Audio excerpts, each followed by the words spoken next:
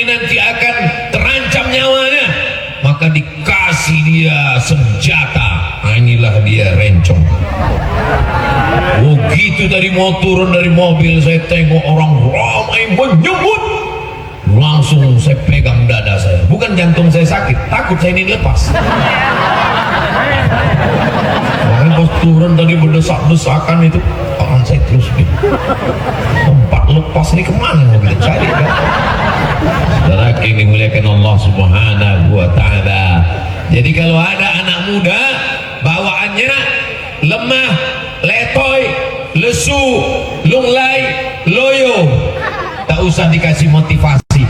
Tolong Ustaz kasih motivasi anak muda saya nih. Tak usah kita motivasi, bawa aja, ajak makan, minum, udah kenyang kan perutnya, tulakan.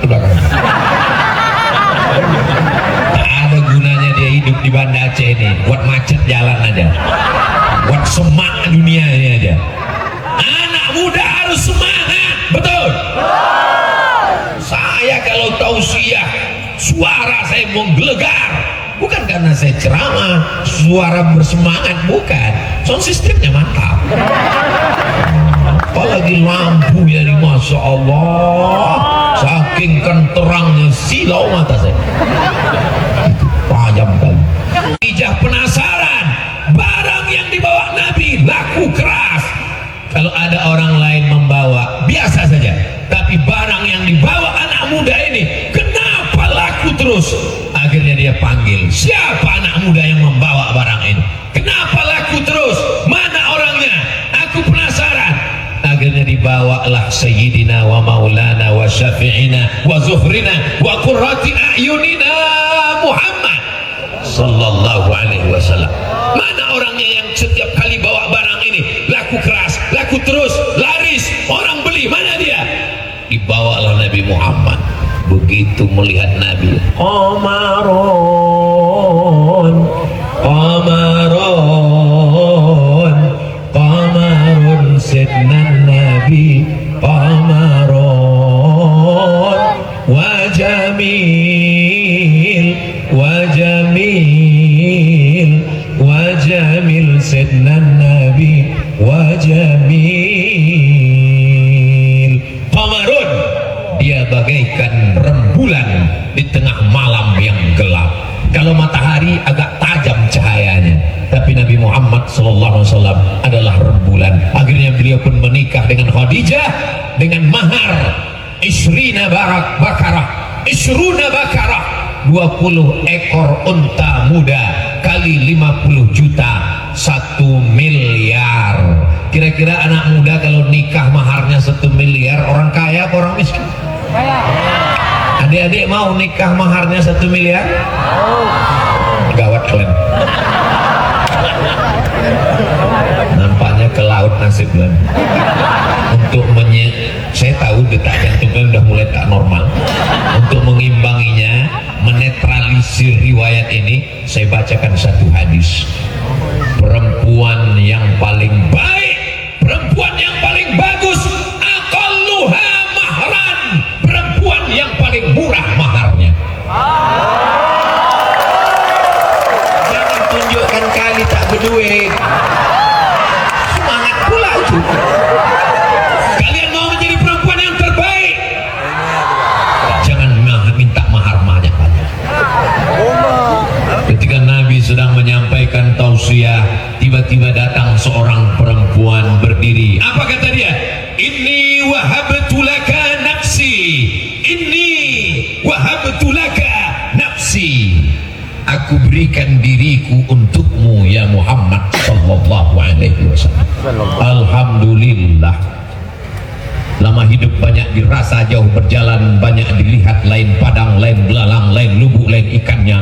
Selama saya menyampaikan tausiah, belum pernah ada perempuan yang berdiri dan berkata, inni wahabtu laka nafsi, aku berikan diriku untukmu hai Abdul Somad.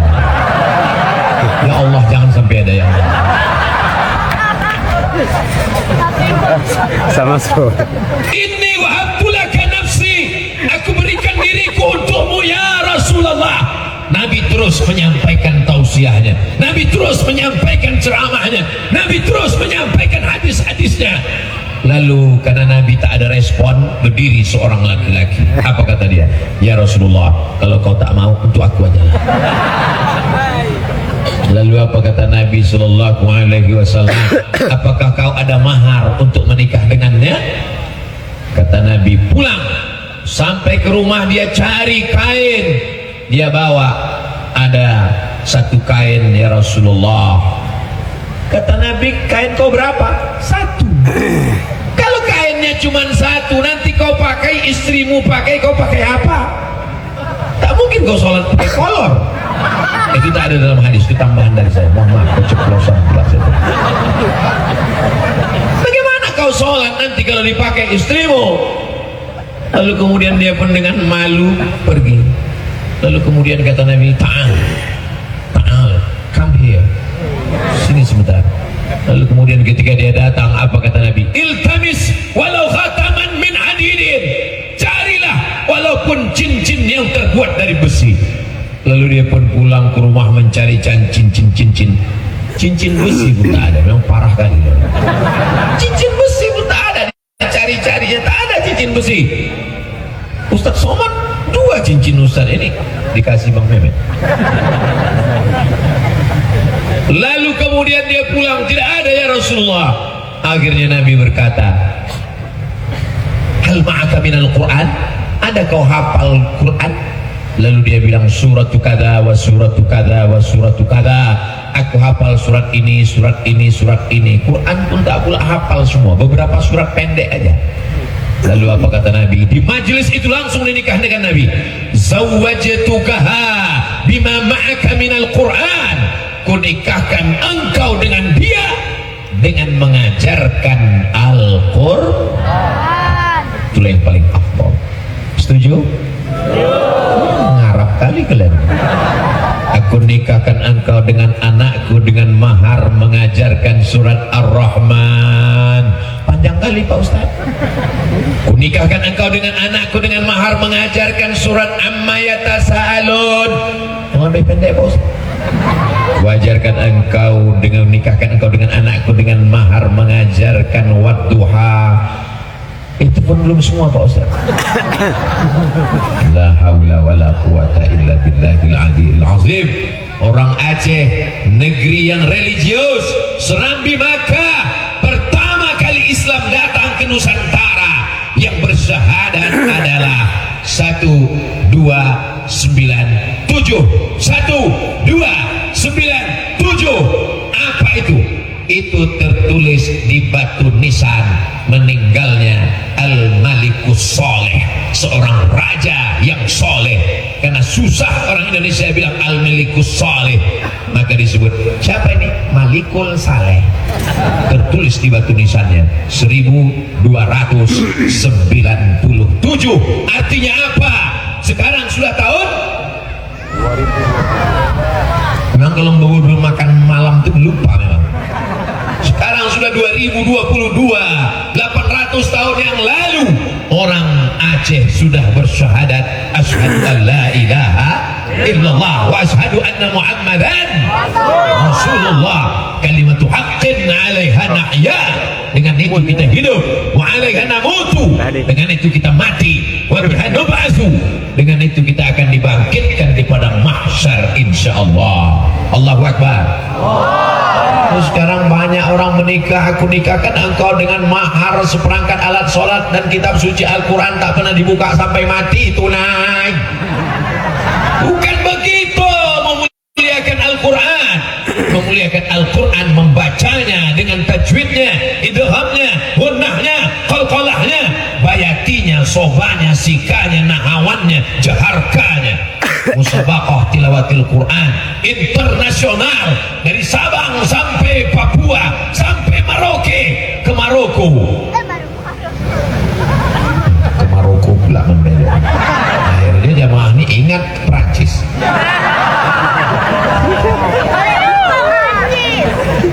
Mereka tetap sadar bahwa yang akan mereka bawa mati nanti, inilah dia amal masjid yang mengalir sampai hari kiamat. Maka kalau ada tanah kosong, wakafkanlah untuk bangun masjid. Siap? ada tanah kosong saya wakafkan Ustaz. Tanah siapa? Tak tahu. Mana bisa mewakafkan tanah yang tak jelas pemiliknya? 4 syarat wakaf. Yang pertama, waqif, orang yang berwakaf. Yang kedua, mauquf alaih, yang menerima wakaf. Yang ketiga, mauquf bih, benda yang diwakafkan. Yang keempat, ada ijab dan qabul. Aku wakafkan tanah ini untuk bangun masjid, maka begitu diwakafkan, la yuhabu, tanah tak bisa dihibahkan, wala yurasu, tak bisa diwariskan, wala yuba'u, tak bisa diperjualbelikan. Tanah sejauh mata memandang. Begitu meninggal dunia, tanah itu pun dibagi-bagi untuk istri 1/8, anak laki-laki 2 kali bagian, anak perempuan 1 bagian. Anak tak terlalu ganas, menantu ini guys, habis semuanya. Istri yang hari ini buah hati belayan jiwa, siang dan malam terbayang-bayang, makan tak kenyang, tidur tak lelap. Begitu kau mati menghadap Allah, dia akan diambil oleh brownies, berondong manis. Betul Bu? Jelas? Kurang jelas tadi? Dan korek telinga pakai gancu. Saudara yang dimuliakan Allah Subhanahu wa taala, tapi ada tanah yang tak bisa dibagi kepada ahli waris, yang tak bisa dijual, yang tak bisa dihibahkan. Mana dia? Tanah Masjid Haji Kecil Lemik. Cerdas. Orang yang cerdas bukan yang IP-nya 4. Orang yang cerdas bukan yang IQ-nya tinggi. Orang yang cerdas, kata Nabi, Al-Qayyis, orang yang cerdas, mandana nafsahu, dia tekan hawa nafsunya, wa amila lima ba'dal maut, yang dia pikirkan setelah dia mati menghadap Allah. Saya sudah banyak ketemu manusia yang unik-unik di dunia ini. Ketemu dengan orang dibangun rumah megah mewah sampai hampir sebesaran lapangan sepak bola, sampai akhirnya masuk ke dalam rumah itu kena rematik, sakit tulang. Begitu orang masuk ke dalam rumah, diceritakan ini marmernya dari Itali, ini dari Turki. Senang sekali melihat orang terkagum-kagum. Masuk ke dalam rumah, semua seperti melihat kucing Anggora. Almarhum Tuan Haji Harun Kecil Lemik, cerdas, kayis, luar biasa. Rumah dia bangun biasa-biasa saja, yang dibuatnya luar biasa adalah rumah Allah Subhanahu wa ta'ala. Semua orang yang melihat masjid ini pasti akan menggelengkan kepala. Apa yang digelengkannya? Mana aku tahu. Berapa miliar lah ini, kata dia. Berapalah ini masjidnya, kata dia. Dan setiap anak-anak yang hadir di sini, mereka pasti akan berniat, aku nanti akan membangunkan masjid untuk ayahku, akan membangunkan masjid untuk ibuku. Yang belum terpikir, malam ini berpikir. Yang sudah berpikir, segera wujudkan. Yang belum terpikir, malam ini mulai. Yang sudah aku kasih tahu, enggak juga berpikir. Kemana otak? Ustaz Somad nih kalau ngomong kasar kali cakapnya. Enggak ada tuh kasar. Itu sekedar tumpahan dari hati yang sedang meleleh. Saudara yang dimuliakan Allah Subhanahu wa taala, niat saya tidak jahat, tak ada keuntungan apapun bagi saya mengingatkan ini. Kita hanya akan mengingatkan saudara kita, makin banyak masjid, makin ramai orang sholat, makin banyak tabligh akbar. Mudah-mudahan ibu punya anak, anak ibu bangun masjid untuk ibu, insya Allah. Amin. Setelah anak ibu bangun masjid cantik, indah, dibuatnya tabligh akbar. Masjid itu dibangun tahun 2050 dan tabligh akbar di tahun 2050 memasuki tahun 2051. Penceramahnya Abdul Somad. Kalian meninggal semua. Ibu-ibu ini ada beberapa orang yang masih hidup, yang paling banyak dosanya. Biar supaya bertobat, kata Allah Subhanahu wa taala. Dan saya waktu itu masih hidup lagi. Kenapa Ustaz masih hidup? Ya terserah aku lah, aku yang ceramah. Mau aku bilang mati, mau aku bilang sakit. Hidup dan mati kuasa Allah Subhanahu wa taala. Berapa banyak orang yang yang diponis dokter katanya mati, sampai sekarang tak mati-mati. Dokter itu pula udah mati duluan. Berapa banyak orang yang dikatakan nyawa kau tak lama lagi, rupanya sampai hari ini sehat walafiat.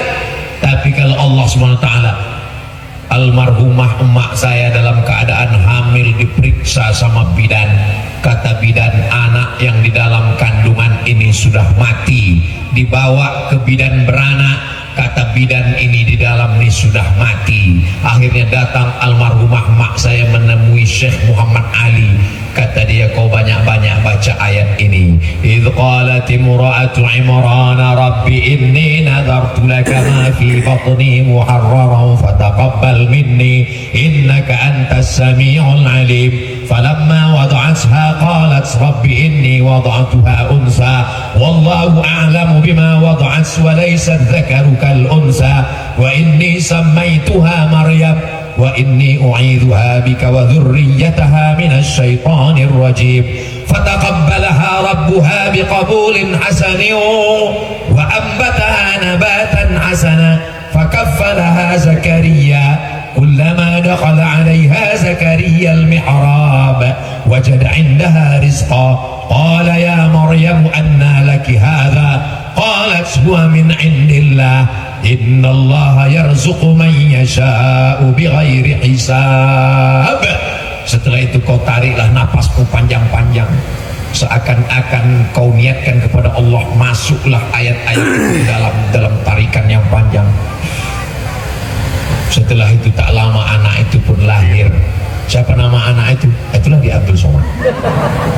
Dokter-dokter bidan-bidan yang bilang mati itu udah tak ada lagi di atas dunia ini, mati orang itu semua.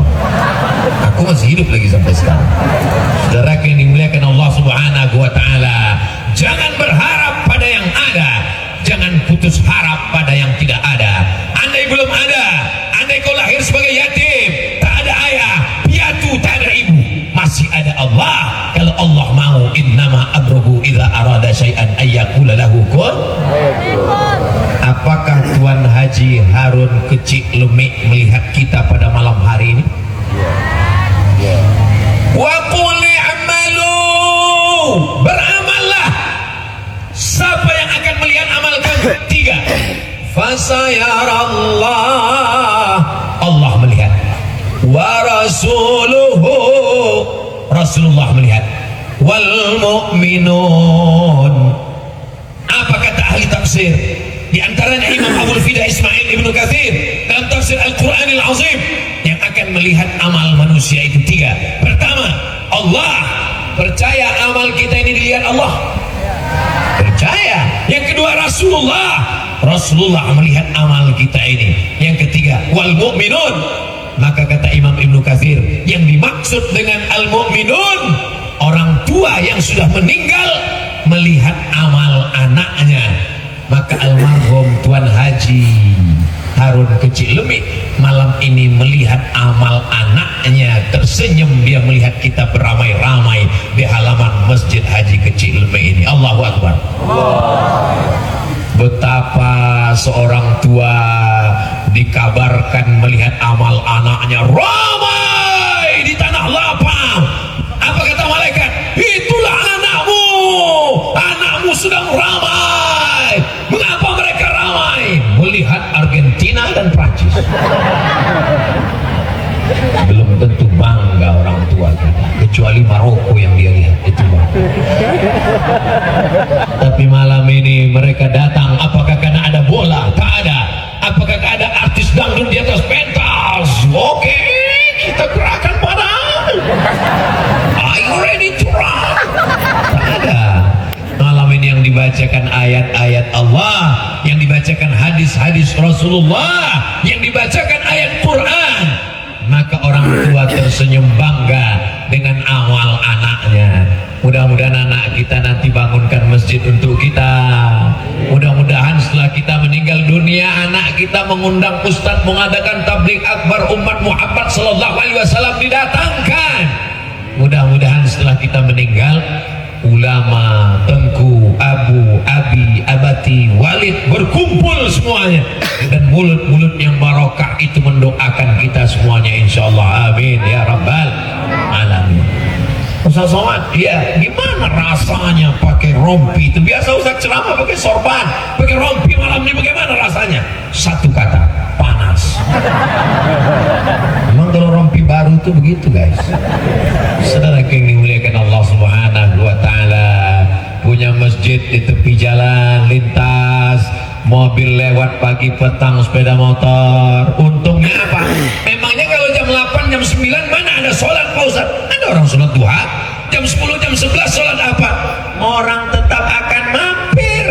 Lihat aja pagi petang siang malam, ada sepeda motor, ada mobil. Orang kemana? Kan gak ada sholat, numpang kencing. Memangnya kalau kita buat kamar mandi, toilet samping masjid ada pahalanya? Man yassara an mu'sirin yassarallahu anhu yaumal qiyamah. Siapa memudahkan urusan orang, dimudahkan Allah urusannya pada hari kiamat. Tidak ada urusan yang paling sulit daripada menahan kencing. Bagi siapa yang pernah kebelet dirasakannya itu. Rasa diikat tali plastik sulit diungkapkan dengan kata-kata. Andai ku ceritakan ini belum tentu sama rasa kita. Kenapa? Karena rasa kebeletku belum tentu rasa kebeletku. Begitu dibuatkan toilet, maka lapanglah urusan mereka. Wallahu fi aunil abdi. Allah akan menolong seorang hamba. Maka abdu fi auni akhi, selama hamba itu mau menolong saudaranya. Tapi masjid pinggir jalan yang cantik ini perlu juga dibuatkan baleho besar. Buatkan, jangan sekedar mampir ke toilet, sempatkan menempelkan kening ke lantai untuk sholat sunat tahiyatul masjid. Setuju? Jangan sampai orang mampir, nanti pas dibuka buku catatan amalnya, Iqra kitabak, baca buku catatan amalmu. Begitu dibuka buku catatan amal, singgah ke masjid, mampir ke masjid, belok ke masjid, keterangan kencing. Sempatkanlah sholat, sempatkanlah zikir. Kalau sholat di dalam, insya Allah bekas tapak kaki, bekas kening, wa naktubu ma qaddamu wa asarahum. Kami tulis bekas-bekas tapak kaki mereka, bekas-bekas kening mereka. Apakah ibu-ibu ada bekas kening dan tapak kakinya di dalam? Jangan jawab dengan kata-kata. Apakah adik-adik ada bekas tapak kaki dan keningnya di dalam? Insya Allah Pak Ustadz. Insya Allah apa? Belum lagi Pak Ustadz. Bagi yang sudah, alhamdulillah. Bagi yang belum, insya Allah. Tidak ada alasan untuk tidak masuk ke dalam masjid ini. Kadang anak-anak muda ini kalau sudah dekat ke perempuan, adinda, lautan kan ku seberangi, bukit kan ku daki, masjid ku lewati. Apa ini? Dulu memang ada di Banda Aceh ini orang seperti itu, tapi udah tinggal. Ini yang ada di depan saya ini yang soleh-soleh semua. Insya Allah, tabarakallah. Kalau memang orang Aceh itu soleh, kalau memang orang di Banda Aceh itu baik-baik, kenapa waktu Ustaz Somad ceramah mesti dipasang besi? Kenapa mesti pakai ibu-ibu perempuan ini dikurung dalam besi? Memangnya ini burung onta? Kenapa pakai besi? Tak kalian tengok tadi waktu saya turun dari mobil tadi, nampak turun dari susah. Begitu berkerumun umat Nabi Muhammad Sallallahu Alaihi Wasallam. Ini kalau tak dipasang besi, yang mengawal saya ini kan tak banyak. Bapak-bapak dari kepolisian ini memang bisa mengawal, tapi pistol itu nggak bisa mereka pakai. Kalau dipakainya meletus lah kita. Paling begini ya, jangan ganggu Ustaz, jangan, ini pecahkan ginjal kalian. Bapak Ibu yang dimuliakan Allah Subhanahu Wa Taala. Apakah Banda Aceh aman? Aman. Apakah Nangro Aceh Darussalam aman? Aman. Dari mulai 2017 saya dibawa Tengku Fadil Rahmi dalam peringatan tsunami bulan Desember 2017 sampai sekarang 2017, 2018, 2019, 2020, 2021, 2022. Rupanya udah 6 kali peringatan tsunami saya dibawa senior-senior saya kemari. Aman, damai, tentram, tidak ada kekurangan satu apapun. Di mana kuncinya? Karena orang Aceh masih menempelkan keningnya ke lantai. Walaupun dia tinggi dengan jabatannya, banyak hartanya, dia masih menempelkan keningnya ke lantai. Mohon maaf, jangan tersinggung, angkat tangan. Ada orang Aceh menempelkan keningnya ke tiang. Allahu Akbar. Yang sakit pinggang duduk di kursi pun tak menempelkan keningnya ke tiang. Dia tetap bersujud walaupun tak sampai ke bawah. Dibungkukkannya sedikit badannya, karena dia tahu Allah memerintahkan dia, warka'u, rukuklah kamu, ma'ar raki'in, bersama orang-orang yang rukuk. Mudah-mudahan anak-anak kita dibukakan Allah pintu rezekinya, insyaallah. Amin. Apa yang menghalangi rezeki ini sehingga tidak turun? Di antaranya perbuatan setan. Apa itu perbuatan setan? Innamal khamru, khamar, wal maisir, judi, wal ansab, menyembelih berhala, menyembelih binatang untuk berhala. Aku sembelih ayam ini untuk berhala, aku sembelih kambing ini untuk berhala, aku sembelih sapi ini untuk berhala. Tidak ada orang yang lebih bodoh daripada ini. Sapi disembelih untuk berhala, kambing disembelih untuk berhala, ayam untuk berhala. Dia makan sambal belacan, dia makan ikan teri kering.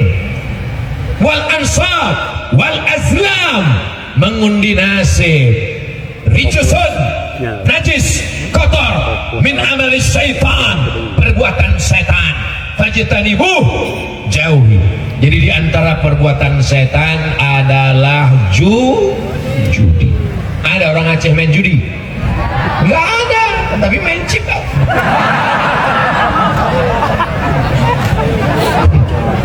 Lagi dimuliakan Allah Subhanahu wa taala.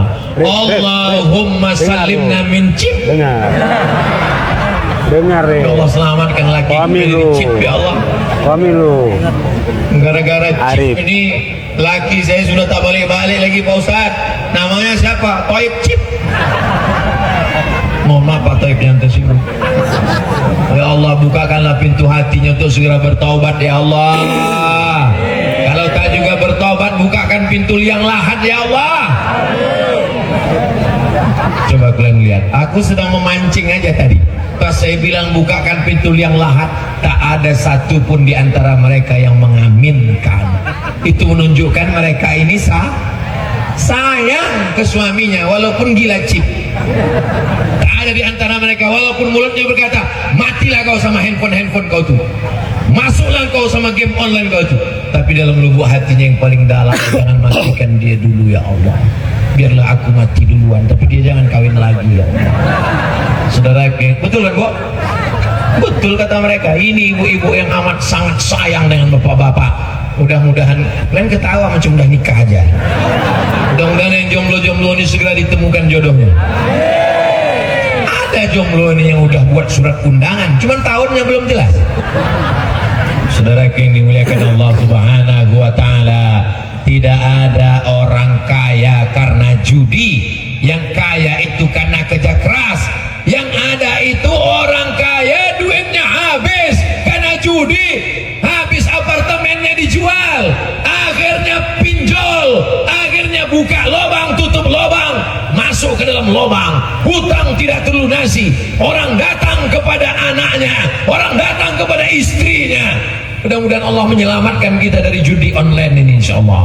Allah menyelamatkan kita dari permainan akhir zaman. Man ya'ish ba'di, siapa yang hidup di akhir zaman, fasayara ikhtilafan Al-Quran wa sunnati, dan sunnah Rasulullah sallallahu alaihi wasallam. Tapi Quran torehan pena di atas kertas, hadis Sahih Bukhari, Sahih Muslim, Sunan Abi Daud, Sunan Nasai, Sunan Tirmidzi, Sunan Ibnu Majah, Muwatta Malik, Sunan Darimi, Musannaf Ibnu Abi Syaibah, Musnad Ahmad bin Ambal, Musnad At-Tayalisi. Siapa yang menjelaskan tulisan di atas kertas? Yang menjelaskannya adalah ulama. Al-ulama warasatul anbiya. Kalau tidak paham agama, datang ke Abi, datang ke Abu, datang ke Abia, datang ke Abati, datang ke Tengku. Nangro Aceh Darussalam, Mas masih tetap salam sampai hari kiamat insyaallah. Amin. Saudara yang dimuliakan Allah Subhanahu wa taala. Iya Pak Ustaz, tapi anak mudanya ini masih sibuk dengan begadang, masih sibuk main judi, masih sibuk dengan narkoba. Ini dunia, Beb. Kita belum masuk surga. Nanti kalau di kampungmu itu baik semuanya, berarti kau di surga bersama malaikat. Kalau di kampungmu itu jahat semuanya, berarti kau di neraka sama setan. Dah, malaikat sudah di airport, sebentar lagi sampai. Astaghfirullah Rabbal baraya, astaghfirullah minal khataya, Rabbi zidni ilman nafi'a wa wafiqni amalan salihah. Itulah mengapa kita disuruh berjamaah. Kenapa? Yang tak bersuara pun kelihatannya seperti ada suaranya. Yang tak hafal macam-macam hafal. Pas pulang, apa yang kau baca tadi? Aku ikut tengok kau macam hafal. Aku tapi insya Allah malaikat tidak akan luput untuk mencatat kebaikan kita semuanya malam ini insya Allah. Amin. Man lazimal istighfar, siapa yang memperbanyak istighfar, ja'alallahu lahu min kulli dhiqin makhraja, segala kesempitan hidupnya selama ini dilapangkan Allah. Amin. Wa min kulli hammin faraja, setiap kesusahannya dimudahkan Allah. Amin. Wa razaqahu min haitsu la yahtasib, diberikan rezeki dari jalan yang tak disangka-sangka. Memperbanyak istighfar. Nabi aja beristighfar 100 kali, mi'ata marrah, 100 kali fil yaumi wal lailah, sehari, semalam, sehari, 24 jam, 12 jam siang, 12 jam malam, 100 kali dia beristighfar. Kita Assalamualaikum warahmatullahi wabarakatuh, Assalamualaikum warahmatullahi wabarakatuh, macam ayam nampak padi. Istighfar pun beristighfar tak jelas dah.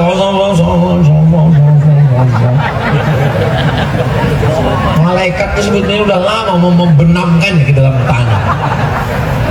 Kita malaikat. Kenapa tak pelan beristighfar? Astagfirullahalazim. Kok pendek kali istighfar? Aku belum hafal. Mualaf kau baru masuk Islam? Enggak. Terus ayah kau Islam, mak kau Islam, muslimah, kenapa pendek kali istighfar? Yang penting bukan istighfarnya tapi hati kita. Pandai pula dia. Ada yang satu lagi istighfarnya panjang, mesti tarik nafas dulu. Allahumma anta rabbi la ilaha illa anta khalaqtani wa ana 'abduka wa ana 'ala 'ahdika wa 'alaika ma stata'tu a'udzubika min syarri ma sana'tu abu laka bi ni'matika 'alayya wa abu bi dhanbi faghfir li fa innahu la yaghfiru dzunuba illa anta. Mana yang lebih baik? Istighfar panjang apa pendek? Pendek, itu dia yang hafal. Mau panjang istighfarnya, mau pendek istighfarnya, semuanya adalah sunnah Rasulullah sallallahu alaihi wasallam. Faqul tastaghfiru rabbakum, beristighfarlah, minta ampun kepada Allah. Innahu kana ghaffara, Allah akan ampunkan dosa-dosa.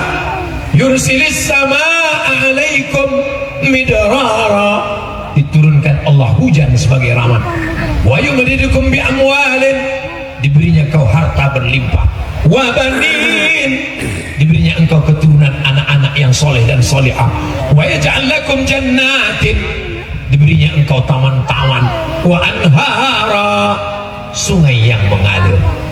Anak keturunan ada, taman-taman ada, sungai mengalir ada. Apa yang belum lagi? Bidadari ada, tapi masih terkurung di dalam kerang. Tak lain tak bukan hanya istighfar saja. Istighfar. Maka mudah-mudahan segala dosa kita diampunkan Allah insyaallah. Amin. Datanglah orang menemui pendeta Yahudi. Wahai pendeta Yahudi, dosaku banyak. Apa dosamu? Aku sudah membunuh 99 orang. Manusia semua? Iya. apakah doaku akan diampunkan Allah segala dosaku? Kata pendeta Yahudi, dosamu tidak diampunkan Tuhan karena kau sudah membunuh 99 orang. Dicabutnya pisaunya, kalau begitu kau leng ke 100. Mati pendeta Yahudi. Iya, daripada dosaku tak diampunkan, bagus kau kusikat sekalian, kata dia. Innallaha la yaghfiru an yushraka bihi, Allah tidak mengampunkan dosa syirik. Wa yaghfiru ma duna dzalika liman yasha. Selain syirik diampunkan Allah Subhanahu wa taala. Mudah-mudahan adik-adik ini belum ada yang dosa syirik ya. Contoh dosa syirik Pak Ustadz, misalnya kalian jalan, nampaklah cewek cantik. Hai adik, nikah sama abang ya. Diam kau kucing kurap. Wih, najis sama kau. Kalian ambil air ludah cewek itu, kalian bawa ke dukun. Dukun itu pun membacakan mantra-mantra bim salabim abrakadabra. Setelah itu dia pun makan tak kenyang, tidur tak lelap. Begitu pas dia mau makan mie ayam, nampaknya muka kalian di mangkok itu. Nampaknya muka kalian di mangkok itu. Pas mulut kalian mencembah sudut. Rupanya sudah kena jampi. Siapa punya kerja? Setan. Dia minta ke dukun, dukun minta sama setan, setan mengirimkan signal-signalnya. Makanya anak-anak perempuan kita diajarkan membaca-baca ayat-ayat zikir pagi petang, habis subuh sekali, habis maghrib sekali. Ayat kursi diawali dengan Al-Fatihah, Qul huwallahu 3 kali, Qul bil falaq sekali, Qul bin nas sekali, pangkal Al-Baqarah sampai wa ulaika humul muflihun. Ayat kursi ujung Al-Baqarah lillahi ma fis samawati wa ma fil ard sampai ujung, lalu ditiupkan ke tapak tangan, diusapkan ke muka, ke kepala, ke badan supaya diganggu. Gangguan-gangguan semuanya segera hilang. Mudah-mudahan adik-adik yang diganggu-ganggu setan, jin, nyunyi blorong, sundel bolong, suster ngesot, genderuwo, Dracula, semuanya diselamatkan semua insyaallah. Amin. Rasukan setan lah perempuan dibacakan di rumah sakit. Bismillahirrahmanirrahim. La yadurru ma'asmihi syai'un fil ardi wala fis sama wa huwas samiul alim. U'idzuki bi kalimatillahi tammati min kulli syaitani wa hamma wa min kulli ainin lamah. Selesai ayat dibaca. Ustaz Somad, iya. Kemarin kubacakan ayat di rumah sakit, di ruang ICU. Ditulis di situ. Apa tulisnya? Non responding. Tak ada responnya. Katanya kalau dibacakan dia teriak Pak Ustaz, nggak ada respon, berarti dia tak diganggu setan. Terus setan udah banyak pensiun. Kata setan, aku udah lama kerja. Kenapa? Karena perbuatan manusia itu lebih parah dari aku lagi. Saudara yang dimuliakan Allah Subhanahu wa taala, mudah-mudahan anak-anak muda kita ini diselamatkan dari setan. Setan tidak hanya dari manusia. Waswisu fi, berbisik ke dada manusia, ke hati manusia, bukan ke telinga, ke hati jantung manusia, dari dua arah. Minal jinnati, dari jin dan nas, manusia. Kalau jin yang berbisik, jangan kau berhenti main judi online. Insya Allah yang terakhir ini nanti untung, setelah itu baru kau tobat. Kalau jin yang membisikkan, bacakan ayat kursi, Allahu la ilaha illa huwal hayyul qayyum, selesai insyaallah. Ini yang jadi masalah, yang membisikkan ini kawan sebelah. Kita bacakan ayat kursi, lebih hafal pula dia lagi. Inilah namanya setan berijazah. Saudara yang dimuliakan Allah Subhanahu wa taala, hati-hati memilih pergaulan, karena pergaulan ini sangat berpengaruh terhadap kehidupan anak muda sekarang. Awalnya kawan saya ini orangnya tegas Pak Ustaz, kalau ditanya di mana masjid, sana. Tapi sejak bergaul nih lain Pak Ustaz, di mana masjid, sana. Kena penyakit 4 angka LGBT. Hebat Qatar, pesawatnya tidak boleh mendarat. Kalau mau mendarat, jangan pakai pesawat yang membawa simbol-simbol LGBT. Siap Banda Aceh menyelamatkan anak bangsa. Jangan ada LGBT. Siap? Serahkan ke Pak Babin Sadan, Babin Kamtipmas, biar dilatih mereka gerak jalan. Siap? Gerak. Siap. Saudara yang dimuliakan Allah SWT, dulu punya anak perempuan khawatir diganggu laki-laki. Betul. Sekarang punya anak laki-laki khawatir diganggu laki-laki. Oh, godaan. Saya kalau dulu saya lihat keponakan saya, anak saya lagi libur di rumah, ketawa-ketawa, lucu-lucu, mandi-mandi, main-main. Satu sisi saya ketawa, tapi dalam hati ada kecemasan. Bagaimana masa muda mereka nanti? Ancamannya luar biasa. Judi. Zaman dulu orang kalau mau berjudi, yang mesti kumpulkan gengnya dulu. Depan, belakang, kanan, kiri. Namanya apa? Gaple. Zaman sekarang tidak perlu mengumpulkan orang. Cukup dia di kamar sendirian, dia buka handphonenya, ada paket, dia main judi. Zaman dulu orang kalau terkena dosa mesti berdua bertiga. Sekarang sendirian pun bisa berdosa. Selama masih ada masjid, selama masih ada qari, selama masih ada ahli zikir, selama masih ada tabligh akbar, insya Allah Indonesia masih dijaga Allah Subhanahu wa ta'ala. Amin. Siap mendatangkan para alim ulama? Siap kita buat tabligh akbar? Takbir. Sallallahu ala Muhammad. Yang punya handphone dihidupkan senternya. Yang tak ada senternya nanti kubelikan senter. Sallallahu ala Muhammad. Sallallahu alaihi wasallam. Sallallahu ala Muhammad. Sallallahu alaihi wasallam.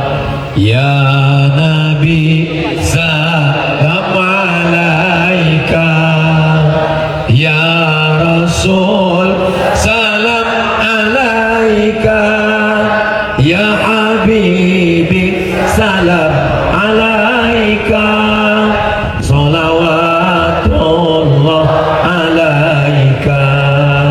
Oke, turunkan tangannya. Lama-lama ketiak basah.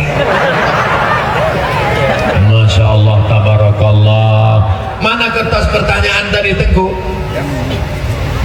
Pertanyaan ini akan diseleksi oleh tim.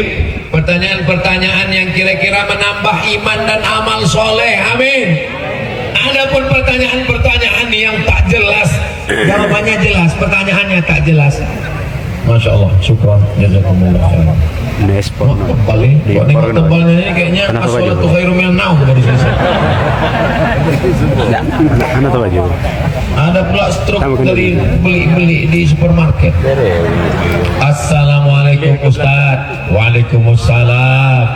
Saya ingin bertanya, bagaimana memberitahu suami untuk tidak merokok lagi?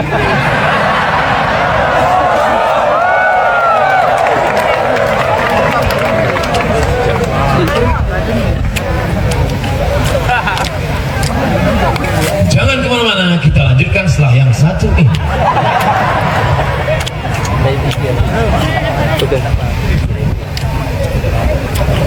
Bapak Ibu, kami mohon maaf harus menyampaikan karena sudah terlalu lama menunggu sayang anak-anaknya.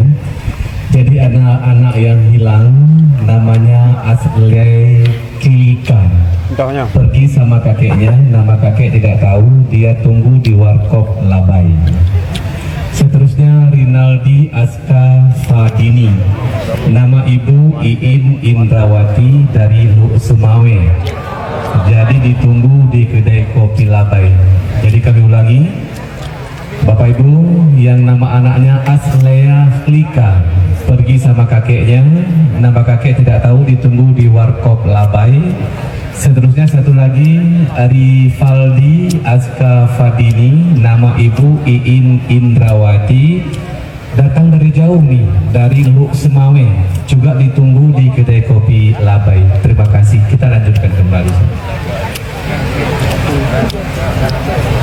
Jangan ibu pulang dari pengajian lalu ibu panggil suami ibu mentang-mentang udah ngaji. Sini bang dulu. Ya ayyuhalladzina maroko. Tak bisa, karena ibu tetaplah seorang ibu rumah tangga, maka ibu pakai lidah orang lain. Pas acara arisan keluarga, ibu bisikkan ke Abu Abi Tengku yang ceramah. Kebetulan Ustadz dari Ikatan Alumni Timur Tengah. Ustadz tolong ceritakan bahaya tembakau ya Pak Ustadz. Nanti cerita ceramah lah Ustadz itu. La darara wa la dirara. Tak boleh memudaratkan orang lain, memudaratkan diri sendiri. Contohnya tembakau. Aku nih gitu ya. Nah, habis itu khutbah Jumat, sampaikan ke pengurus, Pak pengurus, tolong singgungkan sedikit masalah tembakau nih pengurus. Khutbah Jumat, jamaah-jamaah yang dimuliakan Allah, hari ini ada orang yang membakar uangnya, padahal Allah mengatakan innal mubadzirin, orang yang mubadzir kanu ikhwana syayatin, saudara setan. Aku juga nih. Jadi dari mulai khutbah Jumat, pengajian arisan keluarga, pengajian di masjid, akhirnya, tapi jangan lupa ada yang lebih hebat daripada pengajian. Doa silahul mu'min. Ibu bacakan Al-Fatihah, bertawassul kepada Rasulullah. Ya Allah, tutupkan pintu hati suamiku ini ya Allah. Tidak sulit bagi Allah. Innama amruhu idza arada syai'an ayaqula lahu kun. Lalu kenapa dibuat Allah begitu panjang ceritanya? Prosesnya Allah ingin buat ibu dapat nikmat lebih hebat daripada dunia dan seisinya. Ayyahdiyallahu bika rajulan wahidan. Satu orang dapat hidayah karena mulutmu, khairum min humurin na'am, lebih baik daripada seekor unta yang merah. Dalam riwayat lain, khairum minad dunya wa ma fiha, lebih baik daripada dunia dan seisinya. Mudah-mudahan ibu yang risau dengan suaminya merokok segera berhenti insyaallah. Amin ya rabbal. Macam-macam kertasnya ada kartu nama. Apakah boleh bagi kita untuk mengulang hafalan Quran ketika sedang dalam keadaan haid bagi perempuan Pak Ustadz?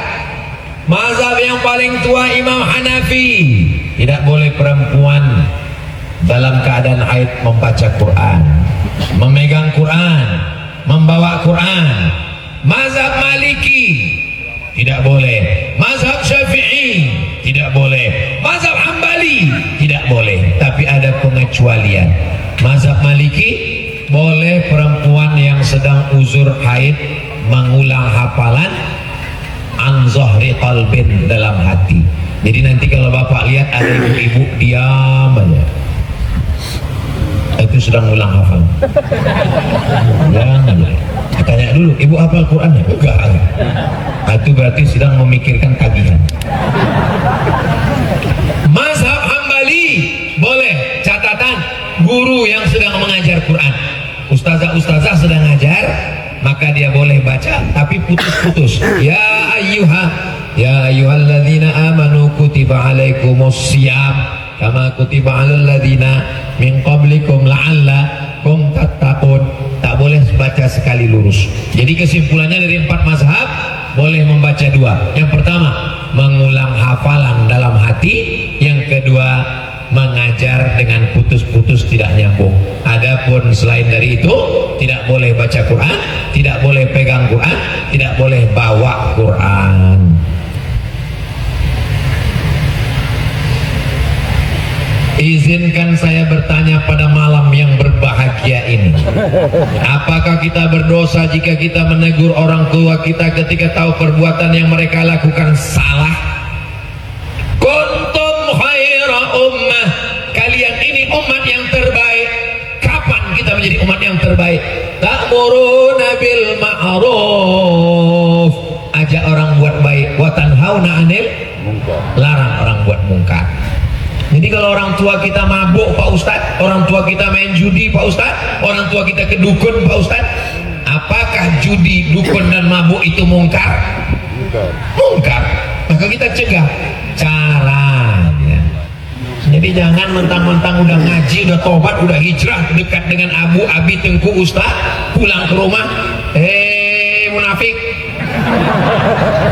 itu ayahmu.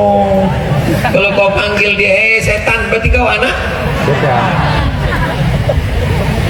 Coba lihat Nabi Ibrahim alaihissalam, apa kata ayahnya Azar? La illam tantahi, kalau kau tak berhenti menceramahi aku, la arjumannaka, ku lempar kau pakai batu sampai mati. Wahjurni maliya, tinggalkan aku, pergi jauh sana. Apa kata Nabi Ibrahim? Sa'astaghfirulaka rabbi, aku akan mintakan ampun kepada Allah untukmu wahai ayahku. Innahu kana bi hafiya, Allah itu mengabulkan doa-doaku. Jadi tidak boleh berkata kasar kepada orang tua. Wa in jahadaka, kalau orang tuamu memaksamu ala an tusyrika bi, mempersekutukan aku, kata Allah, la tuti'huma, jangan kau taat pada orang tuamu. Tapi baca ujung ayatnya, wa sahibhuma fid dunya ma'rufa, tetaplah bergaul, berinteraksi dengan baik, jangan pernah berhenti, tapi dengan cara yang santun. Ud'u ila sabil rabbik, ajak kedua orang tuamu ke jalan Allah bil hikmah, dengan kata-kata yang santun, wal mau'izatil hasanah, dengan suri tauladan yang baik. Mesti berdebat, berargumentasi.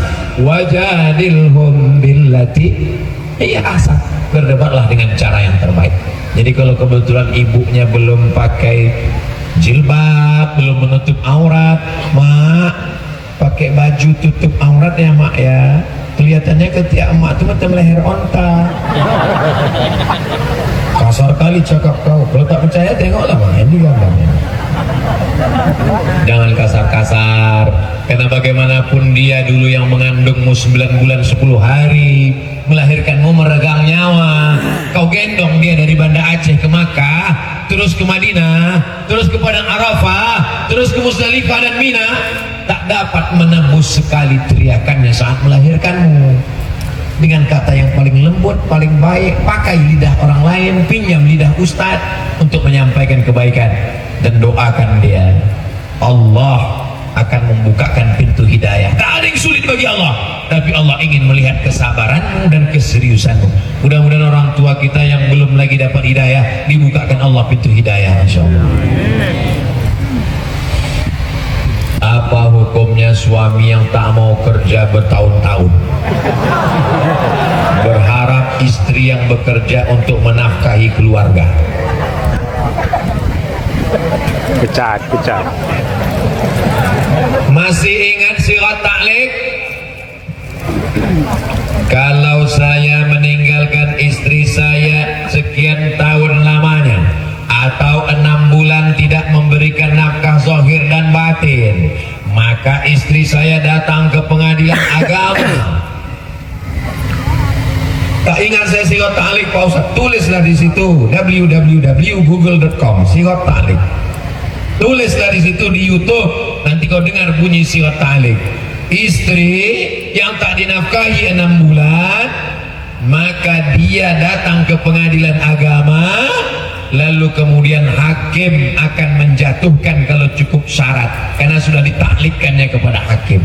Tapi ini istri kan solihah baik, tak mau dia jauh dari abang, walaupun tak kerja tetaplah buah hati belayan jiwa Pak Ustaz.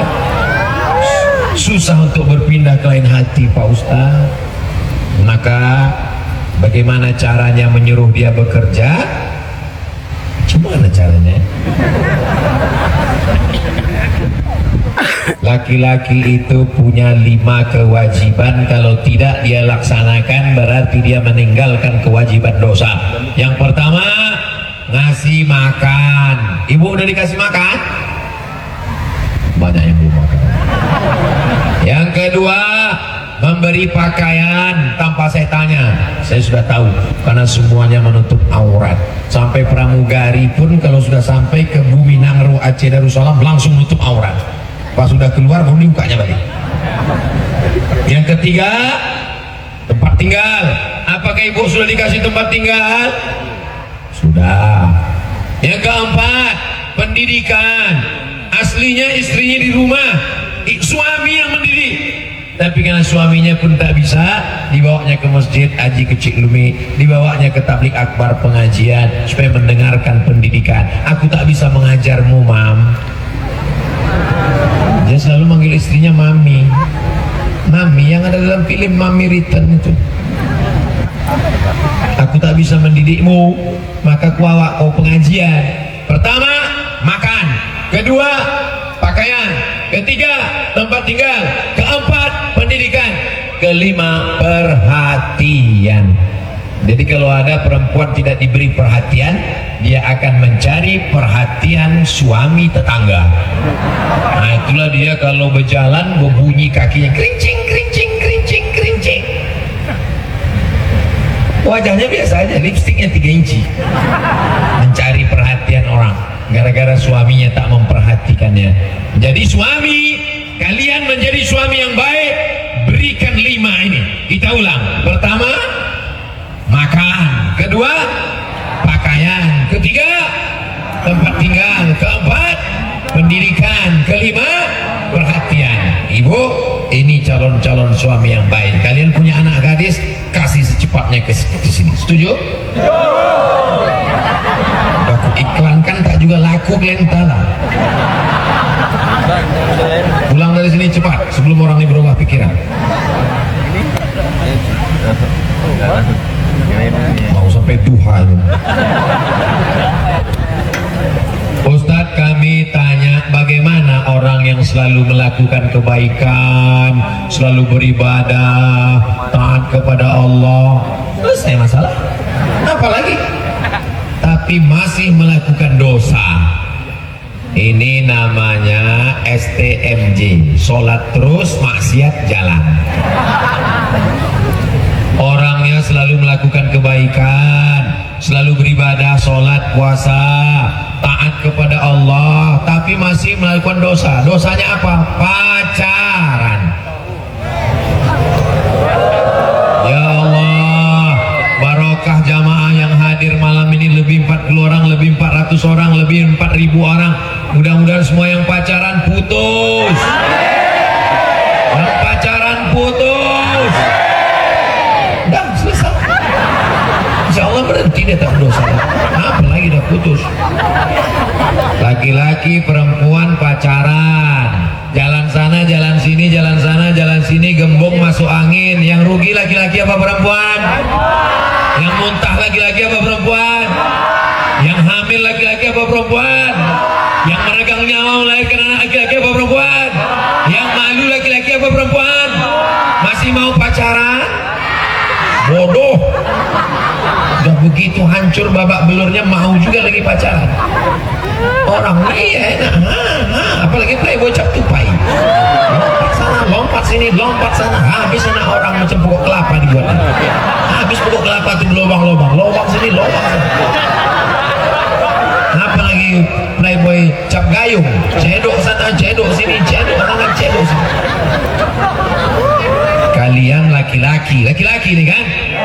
Kalian akan menikah dengan perempuan dan anak kalian nanti akan anak perempuan. Ustaz, aku anakku laki-laki. Aku laki-laki, adikku laki-laki, anakku laki-laki. Yang pertama Mizian Hazik Abdillah, yang kedua Sami Ahmad Misbahi Ibadillah, laki-laki. Kenapa tak perempuan? Mana aku tahu.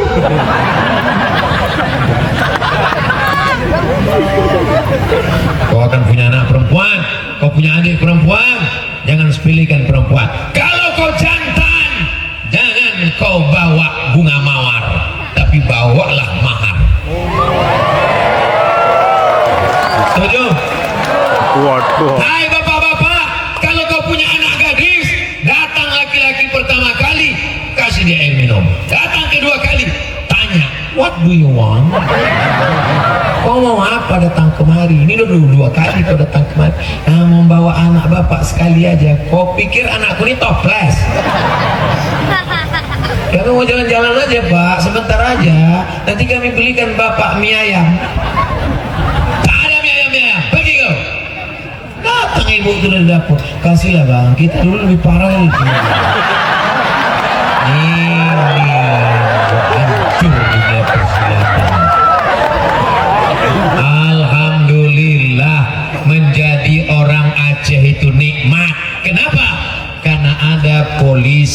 wilayah hisbah.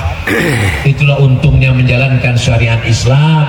Tidak hanya narkoba, tidak hanya judi, tapi masalah aurat laki-laki perempuan pun diatur, dan ada polisi adab yang mengurus masalah itu, insyaallah. Ya Allah, jagalah bumi Nangro Aceh Darussalam ini tetap bersyariat, supaya anak-anak kami ini selamat dari zina, ya Allah.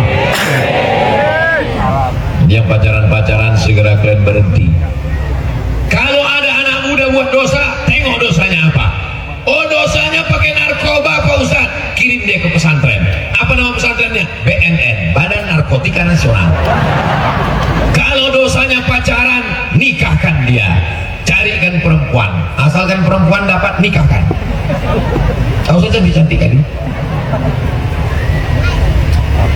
Ini agak panjang sedikit. Tarik nafas dulu ya. Saya bekerja di sebuah kantor pemerintahan yang aturan bekerjanya dari pagi sampai sore. Tapi di kantor saya bekerja, kami cuma bekerja dari jam 9 sampai azan zuhur. Ngapain kok sampai sore? Pulang saya lagi ya. Saya bekerja di sebuah kantor pemerintahan yang aturan kerjanya dari pagi sampai sore. Tapi di kantor saya kerjanya cuma dari jam 9 sampai zuhur. Apabila piket baru sampai azan asar. Aturan itu dibuat atas kesepakatan pegawai-pegawai.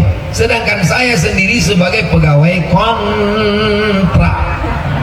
Gimana hukumnya saya bekerja di situ, Pak Ustadz? Apakah gaji yang saya terima halal atau haram?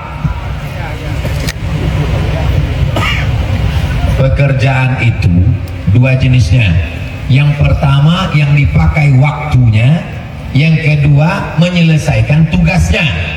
Contoh bekerja yang dibayar waktunya, masuk jam 8 keluar jam 4, itu yang dibayar adalah waktunya. Jadi kamu masuk itu yang dibayar waktu, dia melayani orang banyak. Pokoknya dari jam 8 sampai jam 4 dia mesti ada di situ, karena orang datang akan dia layani orang banyak. Yang kedua, dia bekerja asal selesai tugas habis. Contohnya dosen tidak mesti masuk dari jam 8 pagi sampai jam 4 sore, aturan yang lama. Sekarang saya tak baru karena sekarang saya tak tahu karena saya sudah keluar. Yang penting dia punya beban 12 SKS, 16 SKS, 2 SKS, 16 tatap muka.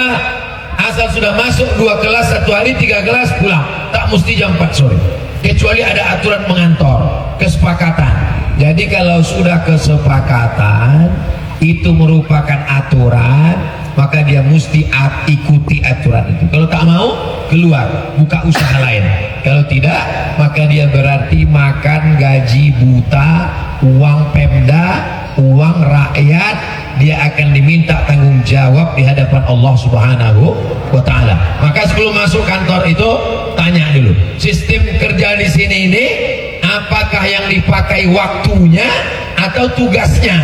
Kata atasan, tak ada tugas-tugas di sini. Pokoknya kau masuk dari jam 8 pagi sampai jam 4 sore. Jam 4 baru boleh keluar. Cek clock pagi, cek clock sore. Nah, itu berarti mesti gitu. Tapi kalau kata dia asal selesai tugas pulanglah, berarti jam 12 pun selesai pulang. Ada yang 2 jam selesai pulang, karena yang dilihat tugasnya.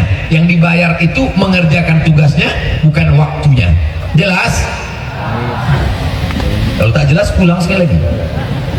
Bagaimana menurut Ustadz tentang penerapan ilmu fikih, tauhid, tasawuf, serta penerapan contohnya dalam kehidupan? Perempuan auratnya semua mesti ditutup kecuali wajah dan telapak tangan. Pertama akidah, kedua fikih, ketiga tasawuf atau akhlak. Pertama akidah, kedua fikih, ketiga akhlak atau tasawuf. Kenapa disebut tasawuf? Karena diambil dari kata sofa, artinya suci, mensucikan hati dari hasad, dengki, busuk hati, iri, hasad, membersihkan hati, tazkiyatun nafs. Ada ustaz ceramah di masjid, kalau kamu menjalin transaksi hutang piutang, maka bayarlah tepat pada waktunya. itu pembahasannya tentang akidah, fikih atau akhlak? Tentang fikih, karena terkait tentang hutang piutang, muamalah. Ada ustaz ceramah, Allah itu mengetahui segala perbuatan kita, walaupun kita berada di dalam toilet, kamar mandi, berbuat dosa sebesar ujung rambut, sebesar ujung pisau, sebesar ujung jarum, sebesar tapak kaki semut yang hitam di tengah malam yang gelap. Ini masalah akidah, fikih atau akhlak? Akidah. Marilah kita mensucikan hati kita. Jangan sampai kita dengki menengok orang. Ada orang rumah baru sakit jantung koroner, ada orang mobil baru naik darah tinggi, ada orang bini baru kita langsung mati mendadak. Ini masalah apa? Akhlak. Maka dimanapun ngajinya itu tak keluar dari 3: akidah, fikih, dan akhlak. Dari mana sumbernya? Dari hadis Jibril, akhbirni anil iman, antashhadu an la tu'mina billahi wa malaikatihi wa kutubihi wa rusulihi wal yawmil akhir wa bil qadari khairihi wa syarrihi. Akhbirni anil islam, antashhadu an la ilaha illallah wa anna muhammadar rasulullah wa tuqimas shalah wa tu'tiyaz zakah wa tasuma ramadan wa tahujjal baita in istata'ta ilaihi sabila. Akhbirni anil ihsan, anta'budallaha ka'annaka tarahu fa illam takun tarahu fa innahu yaraka. Beribadahlah engkau seakan-akan Allah melihatmu. Kalau kau tidak bisa melihat Allah, maka Allah melihatmu. Itulah penerapan dan konsep 3: iman, Islam, ihsan, akidah, fikih, dan tasawuf. Apakah berdosa jika tiap pagi sholat subuhnya lambat? Ini nampaknya mau nawar-nawar deh. Mana siapa yang tidur walam yusalli, sampai kelewatan tak sholat subuh, balas syaitanu fi udhunih, setan kencing di telinganya. Allah masih sayang, tak nampak tulisannya. Kalau Allah tak sayang, disingkapkan Allah hijab, tertulis ini WC setan. Maka jangan sampai tidak sholat subuh. Jam itu di setel. Di Aceh sholat subuhnya jam berapa? Jam 5, astel jam 5. Saya alhamdulillah walaupun udah tua, itu jam kalau udah berbunyi pasti saya bangun. Kecuali kalau saya datang pulang lembur pengajian dari luar kota jam 3. Kalau udah jam 3 pulang saya tak tidur lagi. Bagus saya tunggu azan subuh. Karena kalau saya tertidur nanti terlewat sholat subuh. Jadi kalau ada orang Aceh sholat subuh jam 5, pulang dia ke rumah habis nonton bareng jam 4.30, bismika Allahumma ahya wa amut, itu bukan tidur, memang sengaja tak mau sholat subuh. Bangun jam 8, sholat subuh. Heran anak saya itu Pak Ustadz, sejak dengar pengajian Ustadz sholat subuh, sholat duhanya pun berkunut sekarang. Iyalah subuh kesiangan, karena memang susah bangun walaupun sudah memasang alarm dibangunkan oleh kawannya. Apakah ada solusi atau doa yang bisa diamalkan Pak Ustadz? Tidur cepat, jangan sampai lambat tidur.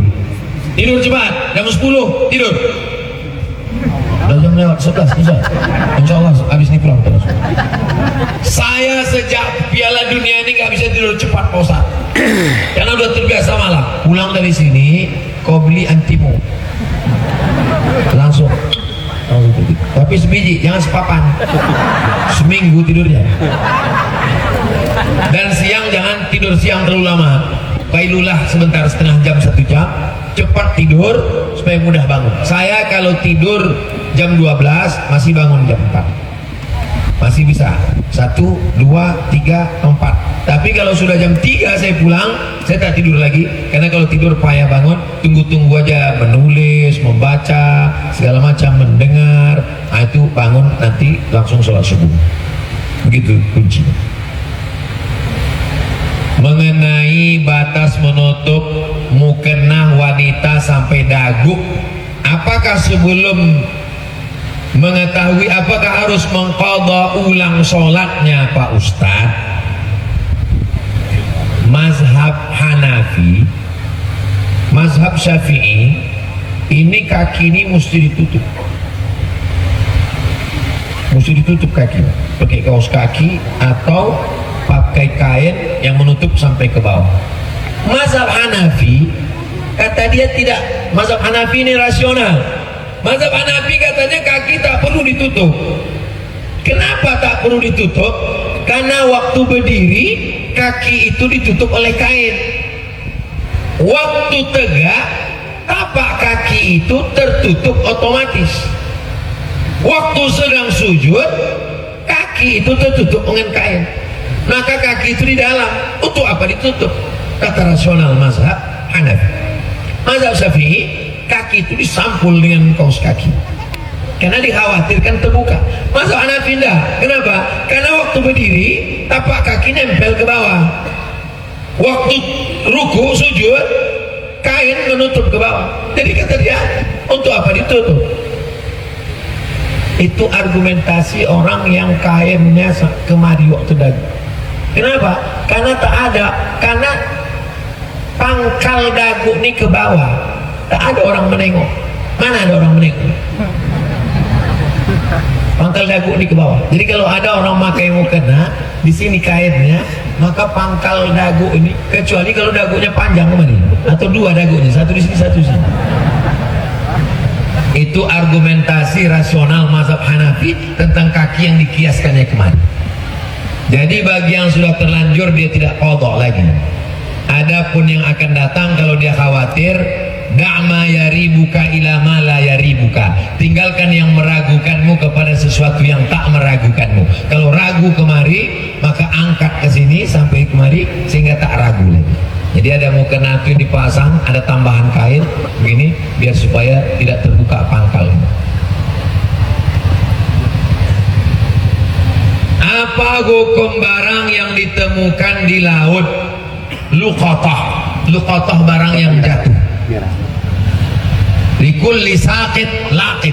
Setiap barang yang jatuh ada yang menemukannya. Nama barangnya luqatah. Orang yang menemukan namanya laqit. Apa hukum barang yang ditemukan ketika bencana seperti banjir? Karena yang saya baca dalam salah satu kitab Matan Takrib, luqatah adalah barang temuan yang ditemukan di jalan, di tanah, ditemukan di jalan. Dari mana dia? Jatuh. Apa beda orang berjalan di jalan dengan orang di laut naik sampan? Beda transportasi. Di jalan dia naik kuda, naik pedati, naik kendaraan. Di laut dia naik sampan, naik perahu. Sama-sama barang yang jatuh. Maka dia tetap dihitung sebagai barang temuan, diumumkan selama setahun. Kalau setahun tidak ada yang mengaku, berarti itu milik engkau. Kalau selama setahun itu ada, berarti serahkanlah kepada dia. Jadi selama setahun itu doanya, mudah-mudahan tak ada yang mengaku barang. Kertas terakhir. Oh belum lagi, ada terakhir satu lagi. Kita yang selalu pasrah akan cobaan dan ujian selalu ikhlas, tapi ujian dan ujian selalu datang silih berganti. Apa yang harus kami lakukan? Apakah ini cobaan atau hukuman? Bagaimana nasihat Ustadz untuk kami? Terima kasih Pak Ustadz, semoga Ustadz Tengku Abdul Somad selalu dalam lindungannya. Amin. Adakah manusia ini yang tidak diuji Allah Subhanahu wa Ta'ala? Tak ada. Nabi Adam alaihissalam diuji. Apa doanya? Rabbana zalamna anfusana wa illam taghfir lana wa tarhamna lanakunanna minal khasirin. Nabi Ibrahim diuji. Ujian pertama punya ayah Azar penyembah berhala. Ujian yang kedua menghadapi umat yang menyembah bintang gemintang. Ujian yang ketiga menghadapi umat yang menyembah berhala. Ujian yang keempat tidak punya anak. Ujian yang kelima punya anak mesti diasingkan ke tanah suci. Ujian yang keenam diminta untuk menyembelih anak. Tidak ada manusia yang hidup tanpa ujian. Cuman kita tak tahu ujian dia. Enak kok ya, kemana-mana jalan sana jalan sini, aku tak bisa pergi jauh. Kenapa? Aku diuji Allah, aku di rumah aja. Kenapa kau di rumah terus? Kau tengoklah keningku berbisul. Kita sangka dia ini yang berjalan ke sana ke sini ini tak ada ujian. Enak kau ya, jalan ke sana kemari tak ada ujian. Aku sebetulnya dari tadi ini jalan sana ke sini karena berbisul juga. Di mana? Di sini. Tapi bukan berarti saya berdiri dari tadi ini berbisul. Jadi kadang kita menyangka orang lain tak ada bisulnya, padahal bisul dia lebih parah, cuman dia tak mengeluh saja. Apakah yang datang ini azab? Ada orang demam. Dari mana kita tahu demamnya itu azab? Atau demamnya itu menggugurkan dosa? Atau demamnya itu mengangkat derajat? Kan 3 kemungkinan. Tak tahu kita. Tidak ada hadisnya. Kalau demamnya demam panas tinggi, itu laknat. Kalau demamnya demam puyuh, itu ngangkat derajat. Nggak ada. Maka sikap kita kalau datang sesuatu yang tak menyenangkan, husnuzon. Ana inda husnuzonni abdi bi. Mudah-mudahan dengan segala musibah itu Allah melepaskan dari dosa-dosa kita. La yusibul mu'min min nasabin wala wasabin wala saqabin wala syaukin. Orang yang duri menusuk tapak kakinya, demam panas, gundah gulana, sakit kepala, kaffarallahu anhu biha sayyi'at. Dengan itu Allah menghapuskan segala dosa-dosa. Kertas terakhir. Kertas yang terakhir ini merah pula tintanya. Bagaimana cara mendekatkan atau mendatangkan jodoh untuk saya? Saya seorang akhwat. Rezeki harimau tidak tertukar dengan musang. Kalaulah rezeki musang ditangkap, tahu musang? Bukan musangking, itu durian. Kalaulah rezeki musang ditangkap harimau, maka musang itu sudah punah di dunia ini. Apakah masih ada musang sekarang? Masih. Kalau musang itu rezekinya diambil harimau, karena harimau lebih cakarnya lebih tajam, karena harimau lebih kuat, lalu dimakannya rezeki musang, maka sudah lama musang itu punah. Namanya musang saurus. Buktinya harimau tetap ada, musang tetap ada. Itu bukti bahwa rezeki sudah dijamin Allah Subhanahu wa ta'ala. Apa kata Imam Al-Hasan Al-Basri? Alimtu anna rizqi la ya'khudhuhu ghairi. Aku tahu rezekiku tak akan mungkin diambil orang. Fatma'anna qalbi, maka hatiku pun menjadi yakin. Rezeki kita tak akan mungkin diambil orang. Rezeki kita mesti kita yang mengambilnya. Kalau kita Ahlus Sunnah wal Jamaah, kita yakin rezeki itu punya kita dan kita berusaha untuk mengambilnya, insya Allah. Jadi calon suami kalian tak akan mungkin diambil oleh tetangga kalian. Amin. Malu pula orang mengambilkan. Jadi tak ada rezeki yang tertukar. Rezeki itu lebih tahu alamat kita daripada kita mengetahui rezeki kita. Begitu yang disebutkan dalam hadis Nabi Muhammad sallallahu alaihi wasallam. Tapi jangan gara-gara ini lalu kita menjadi jabariyah. Kalau ditanya, gimana? Anda ingin menikah? Serahkan pada Allah. Ini bukan Ahlus Sunnah, ini Ahlul Bid'ah. Namanya jabariyah. Sedangkan Ahlus Sunnah ada ikhtiar. Di sini ada Ustadz Ketua Ikat, ada alumni Azhar yang baru pulang, ganteng, cerdas, S2, hafal Quran, udah nikah. Ada yang masih lajang, temui Ustadz Tengku Fadil. Tengku Fadil ada tak stok-stok yang lama pun tak apa-apa.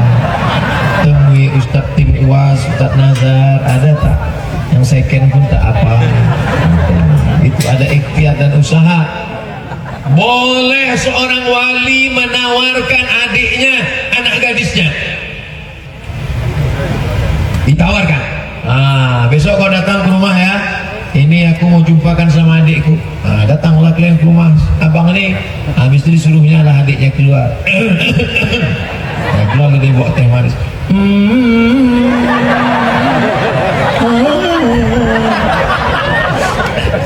Walaupun kau tengoklah sambil teh. Jadi harus ada usaha dan ikhtiar. Satu lagi Ustaz, jika ada yang datang dengan niat serius, bagaimana memantapkan hati? Memangnya ada pilihan lain? Macam banyak aja pilihan. Kalau udah datang itu, jadi perempuan ini begini.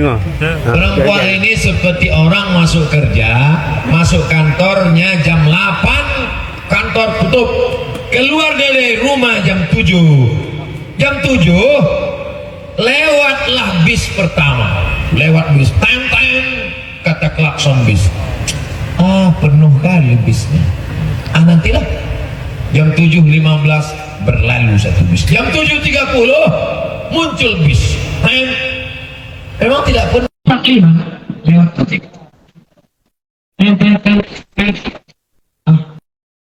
Cek buat nanti ada bis lagi 7.59. Apa yang lewat menjadi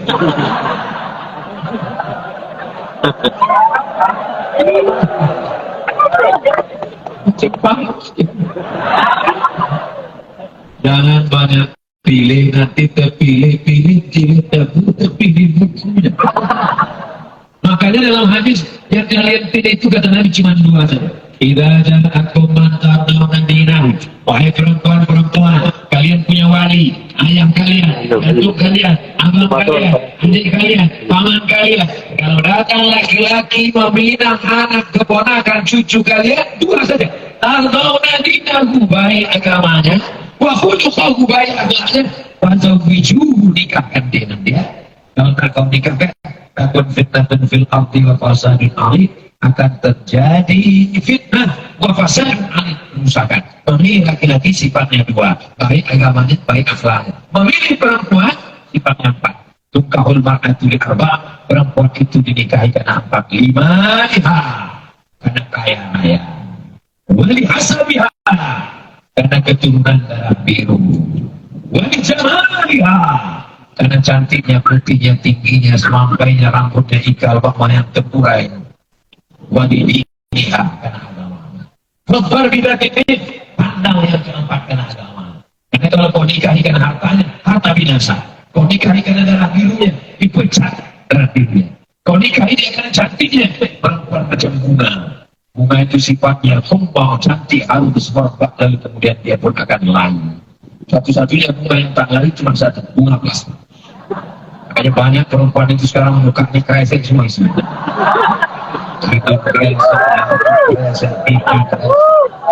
Semua dicukur, semua disulam. Ini kita sudah kaya, ini sulam. Bangun tidur kusut semua. Assalamualaikum warahmatullahi wabarakatuh. Waalaikumsalam. Dulu Ustaz kenapa kata Ustaz perempuan itu dinikahi kenapa? Karena hartanya, karena pesawatnya, karena cantiknya, karena agamanya. Kalau Ustaz cantik sering ada ban-bannya Ustaz. Kalau ada ban-bannya kenapa aku kasih dekatnya? Tolong kepegang yang tinggi.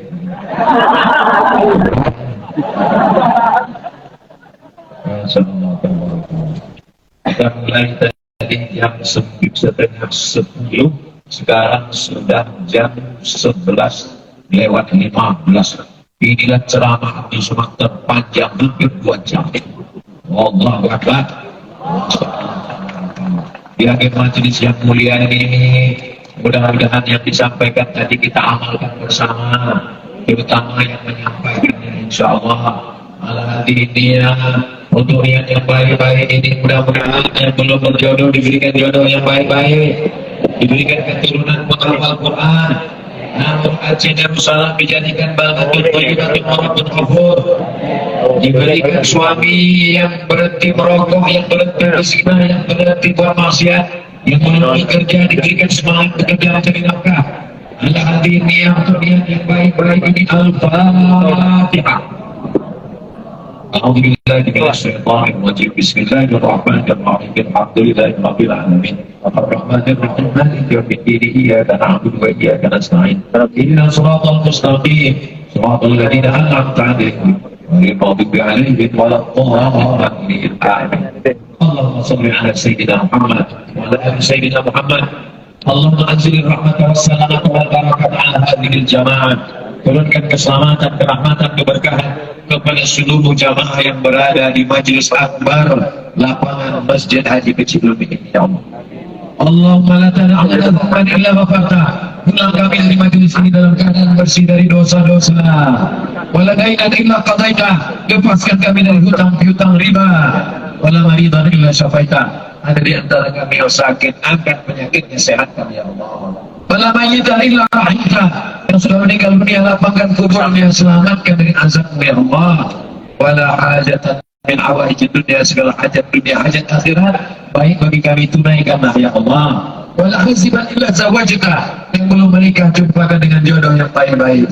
Wala raghiban illa ajabta, yang belum punya keturunan berikan keturunan anak yang soleh dan solehah. Allahumma dafa'na al-ghala wal waba wal fahsya wal riba wal zina wal munkar. Selamatkan nangru aji dan salam dari malapetaka, bencana, riba, zina, narkoba, perbuatan keji dan munkar. Rabbana fir lana dzunubana, ampunkan dosa kami, wali abaina ayah kami, wali ummahatina ibu kami, wali azwajina pasangan hidup kami, wali masyayikhina guru-guru kami, wali man hadarana, semua yang hadir di majlis ilmu ini ya Allah. Allahumma ikana rizquna fis sama, kalau rezeki kami masih tergantung di langit, turunkan ke negeri kami ya Allah. Baikkan fil ardi fa'akhrijhu, kalau masih tertanam di tanah, naikkan ke negeri kami ya Allah. Baikkan fa'idan faqarribhu, kalau masih ada di tengah lautan jauh, dekatkan ke tempat kami ya Allah. Allah masukkan istiqamah ta'ala syariatillah wa tariqatil bayda. Berikan kami istiqamah dalam agama yang benar ini ya Allah. Allahumma ja'al akhir kalamina, jadikan akhir kalam kami ketika ajal kami sampai kalimat yang terakhir keluar dari mulut kami, la ilaha illallah Muhammadur Rasulullah sallallahu alaihi wasallam. Kalimat rabbin alaiha nahya, dengan itu kami hidup, wa alaiha namutu, dengan itu kami mati, wa biha nub'atsu, dengan itu kami nanti akan dibangkitkan di padang mahsyar. Rabbana atina fid dunya hasanah wa fil akhirati hasanah wa qina adzabannar. Wa sallallahu ala sayyidina Muhammad wa ala alihi wa sahbihi wa sallam, walhamdulillahi rabbil alamin. Taqabbalallahu minkum minna wa minkum, taqabbal ya karim. Terima kasih segala perhatian, mohon maaf segala kesalahan dan kejelaman. Mudah-mudahan tanah, sampah-sampah bawa, buang ke tempat sampah, jaga ketertiban dan kebersihan, tunjukkan Islam agama yang bersih. Mudah-mudahan Allah selalu melindungi kita. Wassalamualaikum warahmatullahi wabarakatuh. Waalaikumsalam.